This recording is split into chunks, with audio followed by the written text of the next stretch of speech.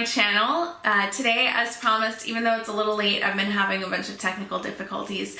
So as promised, I'm gonna bring to you tonight the recipe and the process for how I made Coco Rose. I'm really liking it, and I think this batch is gonna be even better than the first one. So if you take a look at the ingredients, super simple, and all of these things you can get at a grocery store or at a health food store. So what we've got is about a cup of coconut oil, half a cup of shea butter, dried chamomile flowers, 1 cup of cane sugar. You can use whatever kind of sugar you have except maybe powdered sugar, because the point is to get exfoliation. I have the juice of 2 blood oranges. You could also use beets. I think beet juice would make a really beautiful looking product, but beets take a long time to roast, so blood orange juice is just really easy. And then keeping true to the rose in the Coco Rose, I got Rose Absolute essential oil, and the carrier oil is jojoba, which is also a really delicious oil for your skin.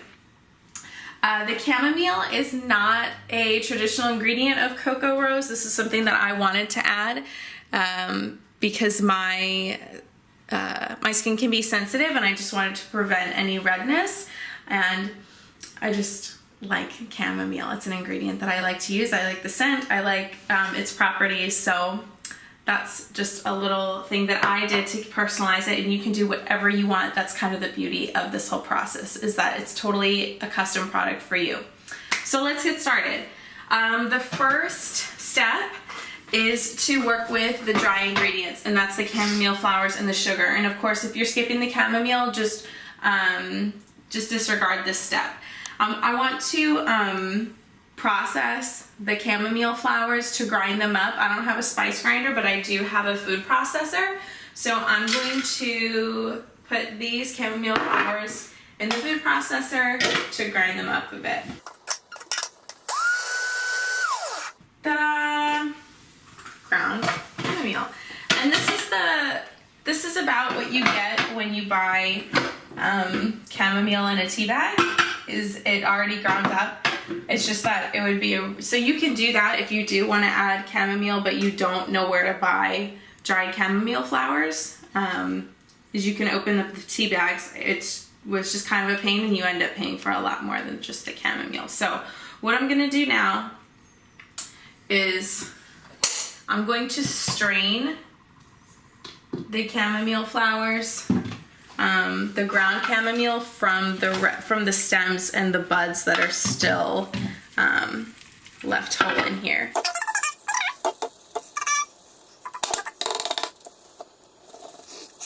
It wouldn't kill me to invest in a nicer sieve, would it? Okay, there we go. So, oops, I made a mess.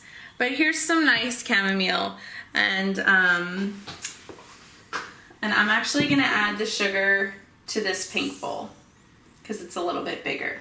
So now that I've combined the chamomile and the sugar, I'm gonna mix these a little bit, and then I'm actually gonna add the blood orange juice.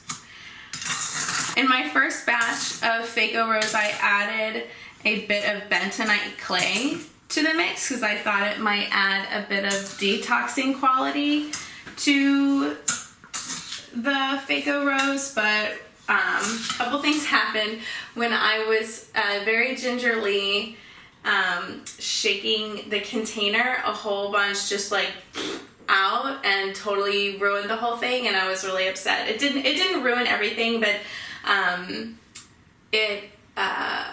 it made the color not as pink as I wanted. And another thing that it did was that I think it sucked too much moisture out of it, and it made this kind of like pilling clay business that that's fine. It didn't affect the effectiveness of the scrub. I just don't think it added anything, and it made kind of a mess. So I'm gonna skip the clay this time, and I think you should too. So now I'm going to add the sugar and the blood orange juice to the coconut oil and the shea butter. So I'm gonna add the sugar first, and go ahead and add all of it.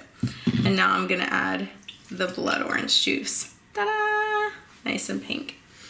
And I'm actually going to mix this with my hands because I found that the heat of your hands melts the shea butter and the coconut oil enough so that it actually mixes very nicely.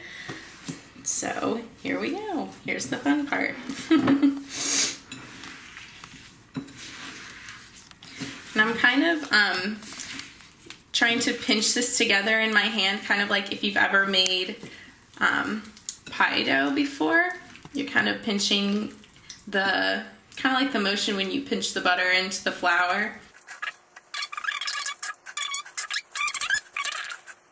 And once you've started mixing, once you feel like it's starting to get to the consistency that you want, you can start adding the rose oil. And I'm going to ask my, oops, no, I got it. Yep, I'm gonna ask my very handy production assistant to help me open the bottle. Thanks, Ian. My husband's helping me film right now and he's being a really good sport. So I'm gonna add, let's count. I'm gonna add, I think in my last batch, the rose really wasn't coming through very well and I added about 20 drops. So I'm gonna go with 10 and just sort of see how much it's smelling at that point. Okay, so that's like 15. Okay, after some careful consideration, I've decided to just leave it how it is. I kind of like the consistency the more I play with it. And I'm breaking up more of these little lumps of shea butter and coconut oil. And you know, if it really bothers you that it's lumpy, you can sit here and warm up all the little lumps, but I don't really care.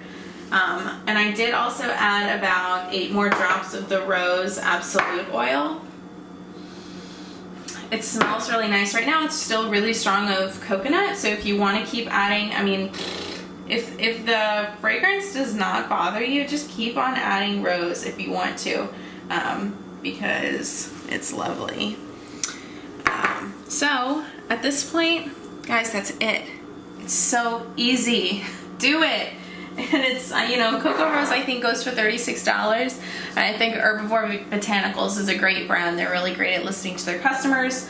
And I think you should support them in their facial oils and in their bar soaps because they do a really great job.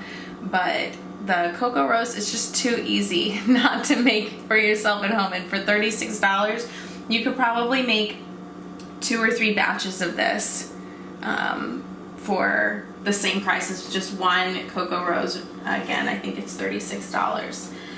So at this point I have a container. I think this was salsa. I'm like obsessed with chips and salsa, so we have these containers everywhere. So I just took the sticker off. And now, dun, dun, dun, dun, we have a kitchen experiment turned imitation luxury beauty item. Yay! And this is probably like 2.5 cups of product. So this is gonna last you a while. My first batch, I've done 2 applications and I've definitely got 3 or 4 more out of it. So again, it's a really great gift, super easy, 5 ingredients. There's nothing wrong with that. So, thanks. Okay, that's it.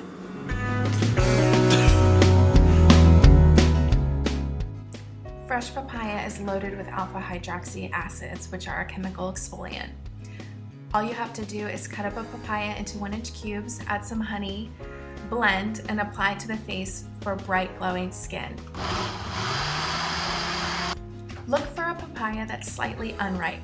This ensures a higher concentration of the alpha hydroxy acids. Apply for 10 to 20 minutes and rinse off. Ta-da! Thank you guys so much for watching, and stay tuned for another video with the recipes for the DIY pore strips that I did coming up later this week.